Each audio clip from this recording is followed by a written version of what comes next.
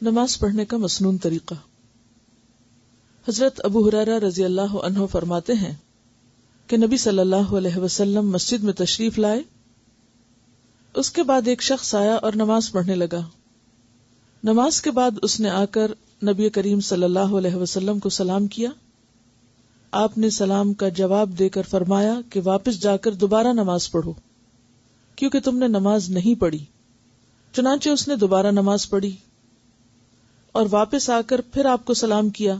آپ نے اس مرتبہ بھی یہی فرمایا کہ جا کر دوبارہ نماز پڑھو، کیونکہ تم نے نماز نہیں پڑھی۔ 3 مرتبہ اسی طرح ہوا۔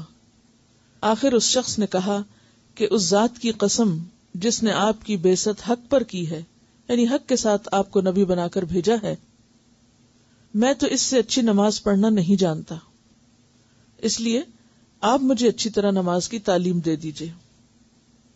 آپ صلی اللہ علیہ وسلم نے فرمایا کہ جب نماز کے لیے کھڑے ہوا کرو تو پہلے تکبیر کہو، پھر قرآن مجید میں سے جو کچھ تم سے ہو سکے آرام آرام سے پڑھو، یعنی سورۃ الفاتحہ اور اس کے بعد کی قرات کی طرف اشارہ ہے۔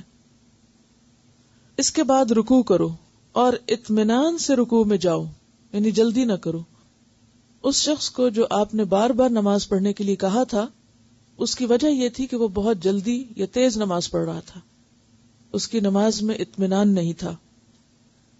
پھر سر اٹھاؤ اور پوری طرح کھڑے ہو جاؤ، پھر جب سجدہ کرو تو پوری طرح سجدے میں چلے جاؤ، پھر سجدے سے سر اٹھا کر اطمینان سے بیٹھ جاؤ، دوبارہ پھر اسی طرح سجدہ کرو۔ یہی طریقہ نماز کی تمام رکعتوں میں اختیار کرو۔ اس شخص نے قیام، رکوع اور سجود اچھی طرح ادا نہیں کیے تھے، اسی وجہ سے آپ صلی اللہ علیہ وسلم نے اسے نماز لوٹانے کا حکم فرمایا، یعنی جلدی میں پڑھی ہوئی نماز گویا نماز ہی نہیں، اس شخص نے گویا پڑھی ہی نہیں۔ اچھی نماز یعنی فرض، سنت، نفل جس طرح آپ نے سکھائی پڑھی جائے تو فی رکعت کم از کم 3 منٹ لگتے ہیں، اور فجر کی نماز میں کم از کم 5 منٹ فی رکعت، کیونکہ فجر کی نماز میں زیادہ تر لمبی صورتیں پڑھنا آپ صلی اللہ علیہ وسلم کی عادت مبارکہ تھی۔ آپ صلی اللہ علیہ وسلم اس سے کہیں زیادہ وقت بھی فی رکعت لیتے تھے، یعنی یہ منیمم ہے۔ قرآن اور دعاؤں کا ہر لفظ پورا پورا معروف طریقے سے عربی لہجے میں ادا کیجیے۔ بہتر ہوگا کہ ایک نماز بآواز بلند پڑھ کر کسی دوسرے کو سنا دیجیے، اس لیے کہ انسان اپنی غلطی خود نہیں پکڑ پاتا، انسان کو خود نہیں پتا چلتا کہ وہ کہاں غلط ہے۔ ہر نماز یہ سمجھ کر پڑھیے کہ یہ آپ کی آخری نماز ہے، یعنی ہر نماز کو بہترین بنانے کی فکر ہو، کیونکہ کوئی نہ کوئی نماز تو آخری ہونی ہی ہے، تو بہتر ہے کہ ہر نماز اسی طرح پڑھی جائے تاکہ آخری بھی اچھی سی پڑھی جا سکے۔ آپ صلی اللہ علیہ وسلم کی پہلی رکعت کے قیام کا اندازہ عام طور پر بقدر 30 آیات قرآنی اور دوسری رکعت کے قیام کا اندازہ اس کا آدھا تھا، یعنی پہلی رکعت طویل ہوتی تھی اور دوسری رکعت اس سے آدھی طویل ہوتی تھی، یعنی اگر پہلی رکعت میں 30 آیات پڑھتے تو دوسری میں 15 تقریباً۔ آپ صلی اللہ علیہ وسلم سے فجر اور مغرب کی نماز میں سورہ طور کا پڑھنا بھی ثابت ہے، فجر اور مغرب کی۔ اس سے پتہ چلتا ہے کہ مغرب کی نماز بھی بہت جلدی نہیں پڑھنی چاہیے، نہیں بعض اوقات آپ نے وہ قرات جو فجر میں کی اور فجر کی قرات طویل ہوتی ہے تو وہی مغرب میں کی، تو اس سے پتہ چلتا ہے کہ مغرب کی نماز بھی وقت لے کر پڑھنی چاہیے۔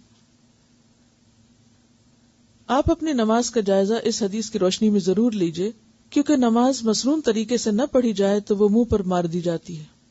مسنون نماز پڑھنے کی تفصیل کے لیے ہماری کتاب 1000 منتخب احادیث ماخوذ از بخاری شریف نماز کا بیان پڑھیے، یہ انہوں نے بخاری کا ترجمہ لے کے اس میں سے ریپیٹیشن نکال کر ایک کتاب اردو میں چھاپی ہے، اچھی مفید کتاب ہے، کوئک ریفرنس کے لیے سب کے لیے وہ اچھی ہے انشاءاللہ۔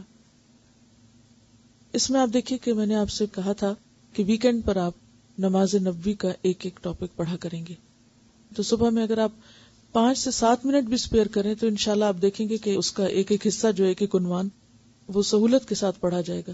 طریقہ کار اس کا یہ ہوگا کہ آپ اپنے ساتھ پینسل رکھیں، جہاں جو بات سمجھ میں نہ آئے اس کو انڈر لائن کر لیں، اور پھر اس کے بعد آپ اس کے بارے میں لکھ کر سوال دے دیں تو اپنے پاس نوٹ کر لیجئے۔ یعنی آپ نے صرف ایسے نظر نہیں گھمانی کہ ہاں وہ ہمیں ہوم ورک ملا تھا تو میں نے ایک ساری لائنوں کو نظر ڈال لی ہے، نہیں، سمجھ کر پڑھیں، رک رک کے پڑھیں، جو لفظ مشکل لگیں، جو بات سمجھ میں نہ آئے اس کو انڈر لائن کریں، کوسچن لکھیں اور اس کے بعد یہاں لکھ کر چھوڑ دیں تو آپ کو جواب دیا جائے گا انشاءاللہ۔ الہدا کی سائٹ پر یہ کتاب موجود ہے، وہاں سے بھی آپ سن بھی سکتے ہیں۔ بہتر یہی ہے کہ آپ سن کر پڑھیں اس کو، کیونکہ اگر ہم نمازیں پڑھ بھی رہے ہیں اور درست طریقے پر نہیں پڑھ رہے، سنت کے مطابق نہیں پڑھ رہے، تو ویسے ہی گویا نہیں پڑھ رہے۔ اور نماز تو وہ چیز ہے جس کا سب سے پہلے حساب ہوگا قیامت کے دن، اور جب تک کوئی نماز کے پرچے میں پاس نہیں ہوتا وہ آگے نہیں جا سکے گا۔ یعنی یہ ہوم ورک صرف یہاں کا نہیں ہے، یہ تو آخرت کا بھی ہے، جس کے لیے سب کو تیاری کرنی چاہیے۔ ٹھیک ہے۔